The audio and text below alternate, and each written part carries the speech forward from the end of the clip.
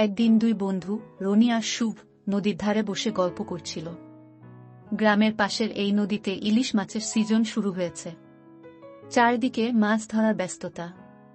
রনি বলল, শুভ, আমাদেরও ইলিশ মাছ ধরতে হবে, কিন্তু চ্যালেঞ্জ হচ্ছে কার মাছ ধরা বেশি বুদ্ধির কাজ হবে। শুভ হাসল এবং বলল, ঠিক আছে, কিন্তু শর্ত হলো মাছ ধরার জন্য আমরা নতুন কিছু কৌশল বের করব। যে বেশি মাছ ধরতে পারবে সে বিজয়ী। দুজনেই মাছ ধরার জাল নিয়ে বাড়ি ফিরে আলাদা আলাদা পরিকল্পনা করতে লাগল। রনি ভাবল নদীর মাঝখানে গিয়ে জাল ফেলতে হবে। অন্যদিকে শুভ ভেবেছিল সে নদীর ধার ঘেঁষে অপেক্ষা করবে, কারণ মাছ স্রোতের ধারে বেশি আসে।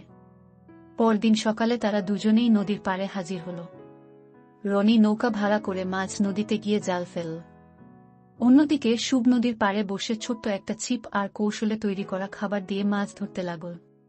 কিছুক্ষণ পর রনির জালে বেশ কিছু ছোট মাছ ধরা পড়ল, কিন্তু ইলিশের দেখা নেই। অন্যদিকে শুভ ধৈর্য ধরে অপেক্ষা করছিল। হঠাৎ তার ছিপ কেঁপে উঠল এবং সে দেখল একটি বড় ইলিশ মাছ ছিপে আটকে গেছে।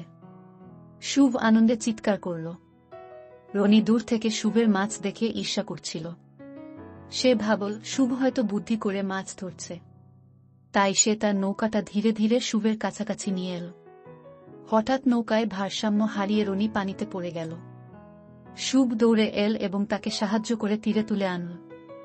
রনি ভেজা জামাকাপড়ে বসে শুভকে বলল, তোর বুদ্ধি জিতেছে। আমার শুধু লোভ ছিল, কিন্তু ধৈর্য ছিল না। তারা দুজনেই এরপর আবার মাছ ধরল, কিন্তু এবার একসঙ্গে। তারা মিলে আরও বেশ কয়েকটি ইলিশ ধরল। দিন শেষে তারা বাড়ি ফিরে মাছ রান্না করে খেল এবং একে অপরকে ধন্যবাদ জানাল। এই গল্প থেকে শিক্ষণীয় বিষয় হচ্ছে, বন্ধুত্বে প্রতিযোগিতা থাকতেই পারে, কিন্তু একে অপরকে সাহায্য করাই আসল সম্পর্কের সৌন্দর্য।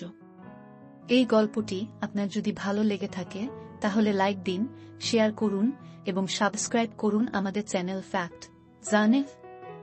আমরা এমন আরও মজার ও শিক্ষণীয় গল্প নিয়ে হাজির হব প্রতিদিন। আপনাদের সমর্থন আমাদের শক্তি।